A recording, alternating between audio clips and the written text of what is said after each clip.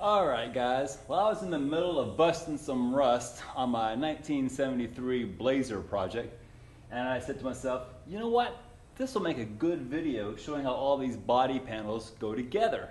I know when I was going through the LMC and the Brothers and the classic truck catalogs, I wasn't sure what I needed. So stay tuned, I'm going to walk you through which parts fit where and how they overlap and how they come together.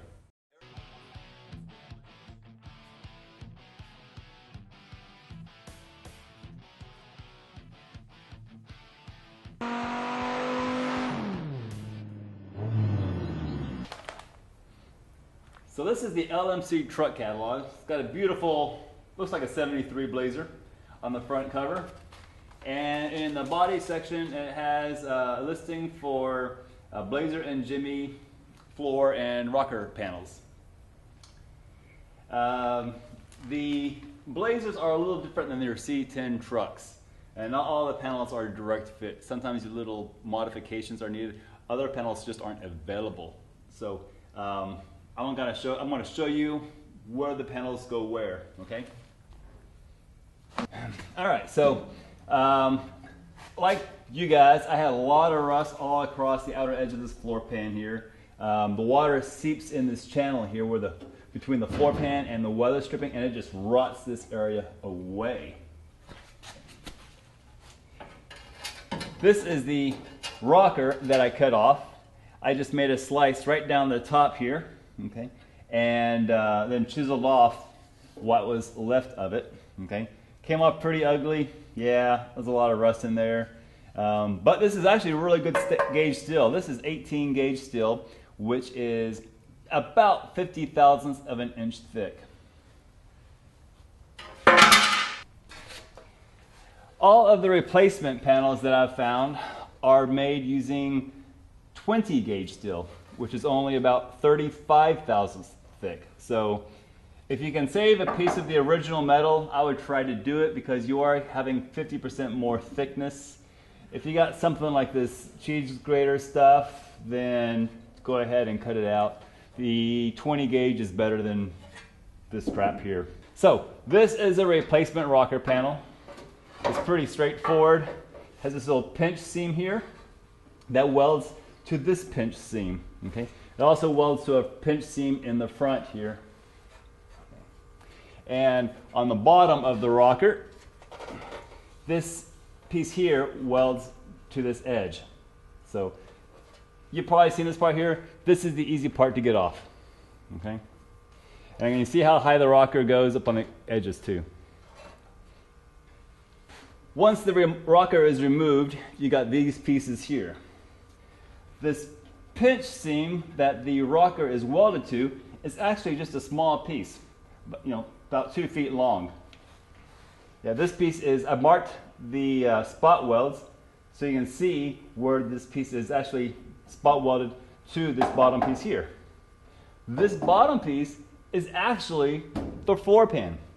The floor pan comes across here, makes a little dip, and then cascades downward. So from here all the way out to here, it's like, gosh, 2.5 feet. This is actually part of the original floor pan. I would love it if somebody could make like half a pan from this, from the transmission hump up the footwell all the way back and incorporate this piece here. That would be awesome. And if they could do that with 18 gauge metal, oh, that would sell so well. But nobody makes that. So we gotta work on our own. This piece here, this little piece here, is not available. Okay, so when you remove this piece here, be careful because you'll need this as a pattern. I'm sure your old piece is destroyed. We'll need to use this as a pattern so that we can make a new one. It's not horribly complicated, so we can do it. Okay. Most people will go out and buy a front floor pan that includes like a little bit in the toe area down here. Actually, it's the heel area. Okay. This is a little different than the original. If you were to line up this bend here on the replacement versus the original, the bend is way out here. Okay. And as you can see, this floor pan here stops there. So we've got an extra 3 inches of metal here that we can use, which is not so bad because it'll actually help to cover up this gap down here. Once you get this floor pan in place, you just have to give it a little trim around this heavy duty box steel. This is like a 16 gauge steel down here. This is pretty thick. So we'll just give it a little trim back here, cut off the extra, and this piece is ready to go. The floor pan, when measured out, goes to right about here. Okay, so this is about the approximate location of it. Okay, another issue with this floor pan here is the depth of the cascade. Okay, this floor pan is from a C10 truck. This is not from a Blazer. Okay, so this dimension here is about double what this dimension is. So when you're adapting this thing to your Blazer, right about here, you're going to have to slice this and bend it back and then weld in a little bit of metal in order to make it match your original floor. Okay. They have a rear floor pan section that is also available. Okay. And from what I can see, I don't have that here, but from what I can see, it's going to be too narrow here as well. So you'll have to cut it, section it, add in a little piece of steel to increase the width of this channel. Okay? That's just the way it is. Now, a lot of you guys are going to have rust right up in here like I do. Okay? It rusts down on the back side of this foot area here. We call it the footwell. And it rusts all the way across here. This is a replacement footwell. The replacement footwell is way up in there like that. You can see it goes way up in here. It includes this little inner fender mount if you need it way up in here. And you know, most of this footwell area here. I'm going to be using very little of this. I'm going to cut this somewhere around one of these body lines most likely and just use the bottom 4 inches here. Okay? So this piece here, the footwell piece, is spot welded to this outer structure here. 1, 2, 3, 4, all the way up here. It's spot welded on the inside here. Okay. Now the cowl, the firewall section here, is going to prevent you from getting too far up. So if you don't have rust beyond this little area down here, don't remove this thing here. Okay, it'd be better just to patch this bottom piece in. Okay, but if you do have rust extending up here, then this whole corner of the firewall is going to have to come out as well. And I don't know if this is available or not. But I said this is not typical. Okay, I'm doing a typical installation here. All right. So what I'll be doing next, I'll be making another cut across here so I can get more access to my footwell. I'll be finishing up my drilling on my spot welds, and I'll be pulling off that much of the original, and then I'll be stitching in this piece. So the floor pan is going to go in first. You can see it laps over here. Once the floor pan is in place, then you can put your patch in, spot weld those together, or rosette welds. Okay? And then once that is in place, then the rocker goes on top of it. Let me show you the other side real quick.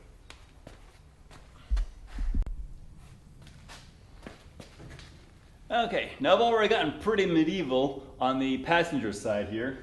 You can see I have removed most of this floor pan all the way up to the bend in the original section here.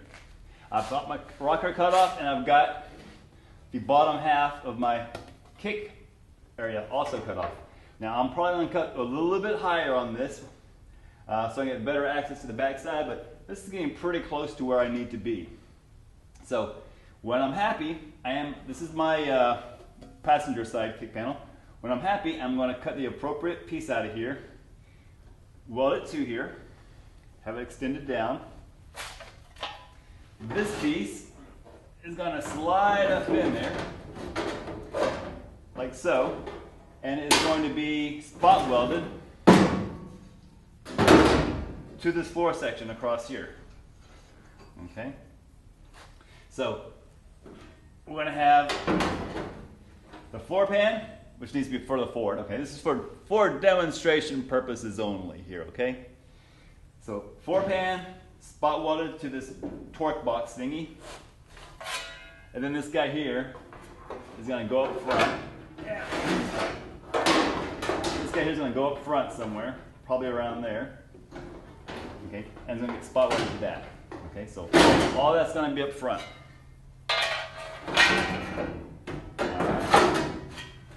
So now this piece here is called a truck outer cab floor panel. Okay, and this piece here is designed to replace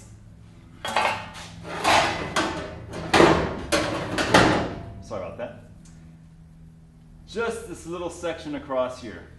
It goes from this edge here, which is this edge here.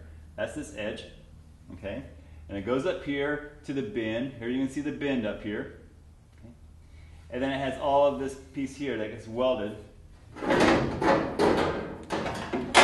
to the floor, okay?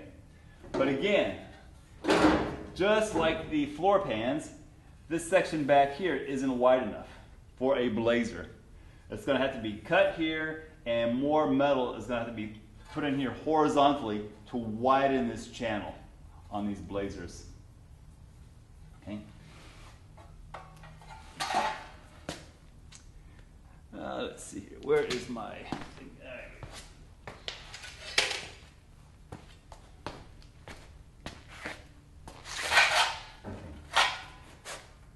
Alright, so the rear floor pan here is pretty chewed up. I'm not sure if I'm going to be ordering another rear pan or not. Remember, these pans join right around here somewhere. Okay, but what happens is this pan will come across here and it'll dip down and then cascade all the way over the edge until it's spot welded on this torque box area here.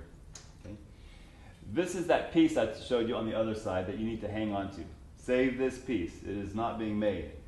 This piece is going to have to go right up in here, and it's going to get spot welded to your rear floor pan. Okay. Once it's in place, rear floor pan goes in. This will go on top of it, spot welded down the side and down across the top.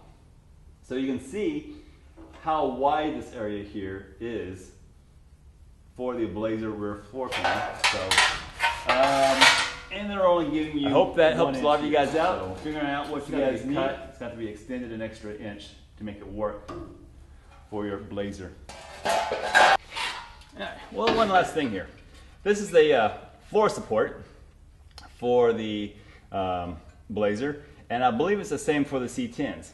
Okay, this one actually is exposed to the outside right here. This section of the support is, sticks out quite a bit.